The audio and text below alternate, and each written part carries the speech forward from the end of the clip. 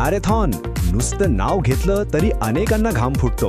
पण आजच्या या विश्लेषणात आपण एका अतिशय भन्नाट विषयावर बोलणार आहोत, ती म्हणजे मॅरेथॉनची खरी ब्लूप्रिंट.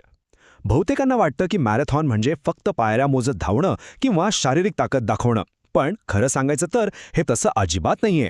एक धावपटू स्वतःला आतून बाहेरून कसा घडवतो, ही केवळ पायांची कसरत नसून संपूर्ण मानसिकतेची आणि अस्तित्वाची कशी उभारणी आहे, हे आपण आज उलगडून पाहणार आहोत.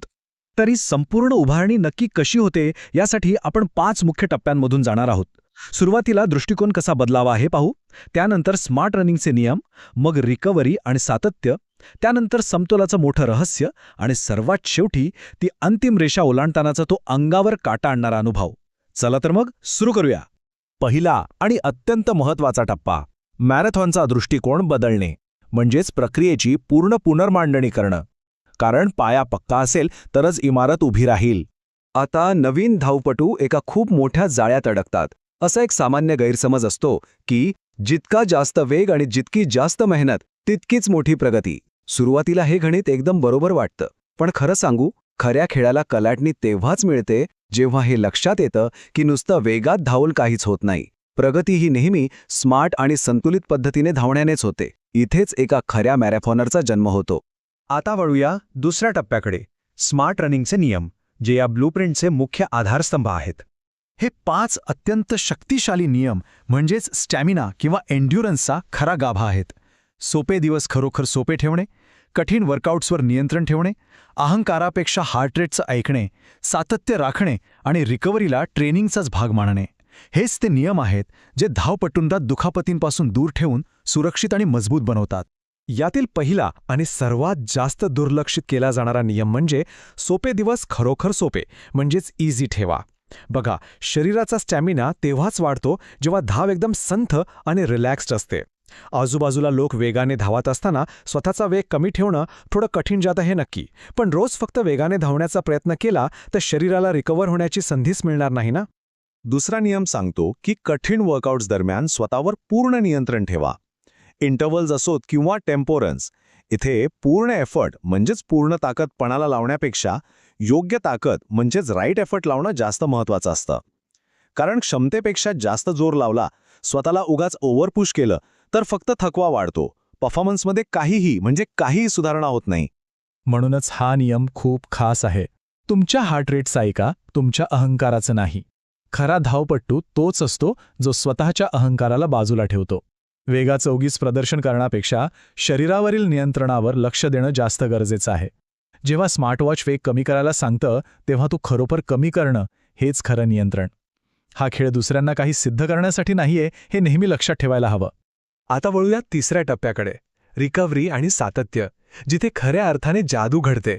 धावपटू ट्रॅकवर नसताना काय होतं हे पाहणं खूप रंजक आहे. एक अतिशय मोठी आणि कठीण धाव पूर्ण केली म्हणजे अचानक कोणीही चॅम्पियन बनत नाही. पण चमत्कार तेव्हा घडतो जेव्हा आठवड्यामागून आठवडा एकाच स्मार्ट ट्रेनिंगचं न चुकता पालन केलं जातं. म्हणूनच कन्सिस्टन्सी म्हणजेच सातत्य हे या संपूर्ण प्रक्रियेतल्या यशाचा सर्वात मोठं रहस्य आहे. आणि ह्या सातत्याचा एक खूप मोठा भाग म्हणजे रिकव्हरी. बऱ्याच जणांना वाटतं की विश्रांती घेणं म्हणजे वेळ वाया घालवणं, पण नाही. रिकव्हरी हा ट्रेनिंगचा एक सक्रिय भाग आहे. विश्रांतीचा दिवस म्हणजेच रेस्ट डे टाळणे यात कसलाही अभिमान नाहीये. खरं तर असं करून आपणच आपल्या प्रगतीला ब्रेक लावत असतो. विज्ञानानुसार स्नायूंचा विकास प्रत्यक्ष धावताना नाही तर विश्रांतीच्या काळातच होत असतो. आता आपण पोचलो आहोत चौथ्या टप्प्यावर, समतोलाचे रहस्य. हेच ते सर्वोच्च शिखर आहे जिथे आतापर्यंतचे सर्व नियम एकत्र येतात. हे सर्व नियम आपल्याला एकाच अंतिम प्रश्नाकडे घेऊन जातात, तो म्हणजे मॅरेथॉनचं खरं रहस्य नक्की काय आहे. सब 4 आवर्स सारखी मोठी उद्दिष्टे खऱ्या अर्थाने कशामुळे साध्य होतात.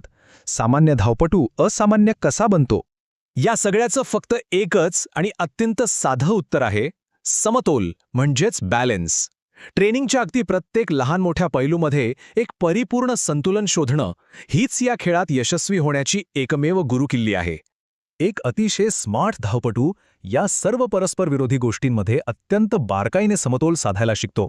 कधी वेग वाढवायचा आणि कधी शरीरावर नियंत्रण ठेवायचं, कधी पूर्ण ताकद पणाला लावायची आणि कधी स्वतःला रिकव्हर होण्याची वेळ द्यायची. आणि या सगळ्यावर कडी म्हणजे पुढे जाण्याचा प्रचंड आत्मविश्वास आणि निकालाची वाट पाहण्याचा अफाट संयम. या दोन्हींमध्ये जो सुवर्णमध्य साधतो तोच खऱ्या अर्थाने जिंकतो. आणि आता शेवटचा टप्पा, अंतिम रेषेपलीकडे. या संपूर्ण संतुलित आणि शिस्तबद्ध दृष्टिकोनाचं शेवटी काय फळ मिळतं ते आता अनुभवूया. बघा, क्रेनिंगच्या या दीर्घ कित्येक आठवड्यांच्या काळामध्ये ही सगळी पद्धतशीर प्रक्रिया खूप संथ आणि कधीकधी अक्षरशः कंटाळवाणी वाटू शकते. हे अगदी स्वाभाविक आहे. बऱ्याचदा वाटतं की यार, आपण पुरेशी प्रगती तर करत नाहीये ना? पण घाबरू नका, ही ह्या प्रक्रियेचीच एक मोठी गरज असते. पण ज्या क्षणी ती अंतिम रेषा ओलांडली जाते ना, तेव्हा मनातील सर्व शंका कुठल्या कुठे पळून जातात. त्यावेळी हे एकदम स्पष्ट होतं की त्या रिलॅक्स दिवसांमध्ये स्वतःला आवरून धरणं किती आवश्यक होतं. आणि तेव्हा मनापासून जाणवतं की केलेली प्रत्येक सोपी आणि संथ धाव 100% सार्थ होती.